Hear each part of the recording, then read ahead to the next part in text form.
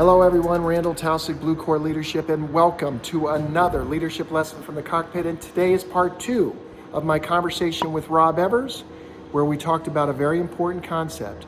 You're always coaching up or you're coaching out. It sounds harsh, but it actually is the fair thing to do and very important in our businesses as we're helping people evolve, as well as in aviation.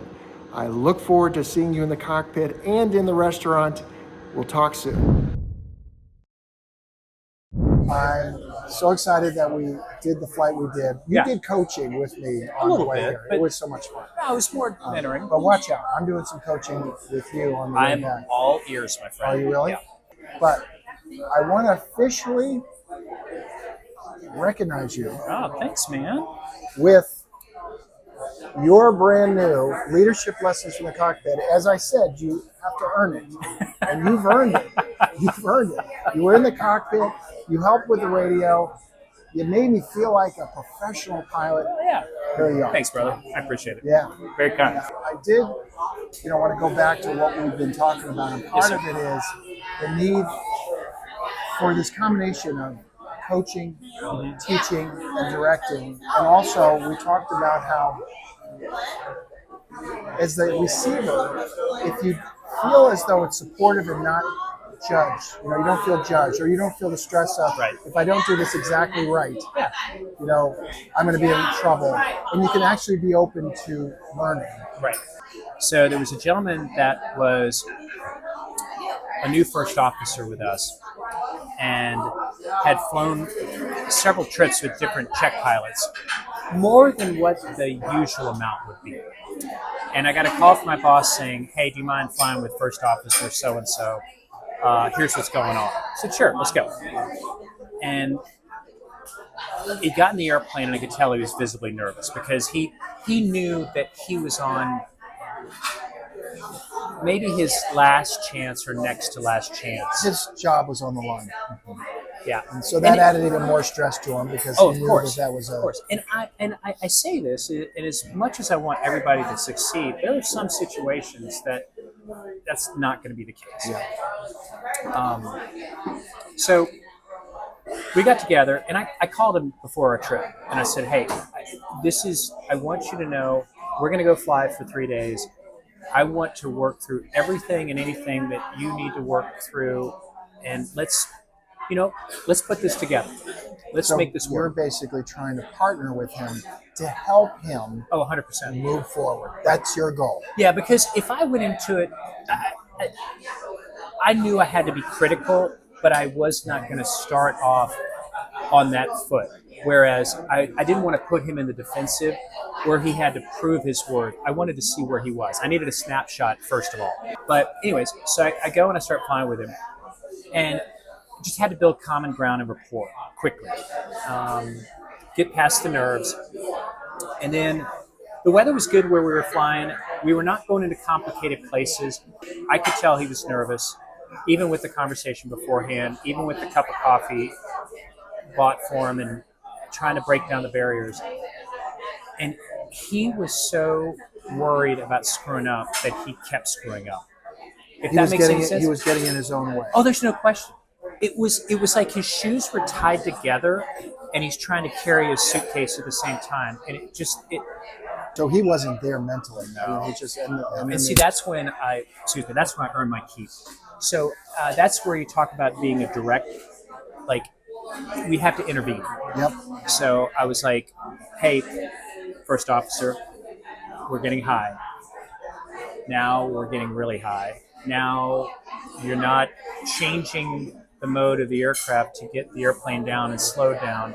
And I mean, I knew we were not going to land. And it was well safe. There was no risk to the crew, the customers, to any other aircraft. So I just told him, I have the airplane. And took control of the aircraft. Worked it out with air traffic control. We got a box pattern but I had to be the person that told him he was not ready. Yeah. And then you start self-reflecting. Yeah. You start going, what did I not do? What could I have done better? Yeah. Maybe if I did this, or maybe I spoke too much and I should have shut up. It almost was like I felt I'd failed. Yes. And sometimes I see this in business where the leader will take too much responsibility for the person succeeding, and so takes that responsibility off them. In your case, you can't do that. No. I mean, you can't. This is truly life or death. That leads me to another question. It's almost the other side of it, what I'll call coachable. You know, in my work, in some of the coaching that I do with some of the leaders that I work with, I talk about this concept that you're always either coaching up or coaching out. Mm-hmm. And I had one of my clients ask me, what does that mean when I'm coaching out? What does that mean? All it means is that you're continuing to expect people to perform and to be accountable. Right. And either they're going to continue to do that, they're going to grow, or they're going to be pushing themselves out, because we're not going to pull back on our expectations. But the side that I wanted to ask you about is, when do you know someone is coachable? They actually want more. Right. Do you have people that go through that? Oh, it's great. It's such a, for all of those stories like the last one, when you have someone who is a sponge, you have somebody who you look and you go, I want to be this person. Like I'm saying that personally. Like I had a young man who was upgrading to captain. He realized that this was the pinnacle of his career, and he just wanted to learn everything. So much so that the weeks and months that followed, my text messages from him were just glorious. Just okay, so here's what happened. Here's what I'm thinking. What do you think? And he wanted that swim buddy, or he wanted to have that mentor to validate, not that he couldn't make a decision, just the opposite, that he was on the right path. He felt, and he told me this, he's like, I want to continue to learn. It doesn't stop here. And I thought, this guy's a rock star. And he is. He is an absolute rock star. So, that's awesome.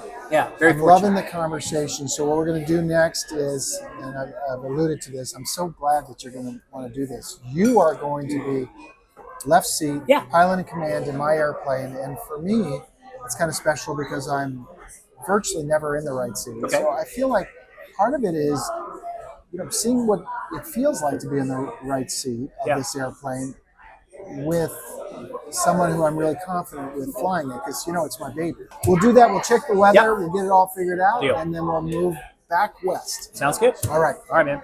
All right. We are back, and I'm in the right seat, and Rob's in the left seat. Yeah.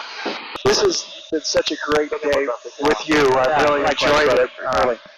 Likewise. I appreciate your perspective on so many things, brother. It's fun. Yeah, but it's so interesting how we can bring in the disciplines of flight, which there are a lot. There's so many things to learn in life and in aviation and business and in whatever. I mean, I will always try to get better. It just takes practice. Well, that's what we talked about, how we love about aviation, because it's something that every flight's different. Right. And every flight is an opportunity to learn. Yep. And that's what life's all about. You know, learning, continuously learning. That's what makes it interesting. All right, we made it back. We did, brother. You did such a good job on that landing, Thanks, dude. man. I appreciate it. Yeah, I didn't record it, but just believe me, it was a great landing. I'm afraid my airplane is now spoiled. But it was a great Fantastic trip. day. And thank you for just being so open and having the dialogue that I think is going to be very helpful for people, that whether you fly or you own a business or you're a leader in a business, these are the kind of things that we love to talk about. And the idea that coaching, teaching, and directing are all part of a leader's responsibility. Well, this is not ending here, so Deal. I got you in the cockpit again. Okay, probably cool. sometime soon. Looking forward to it. Thanks, Rob. Thanks, brother. Okay.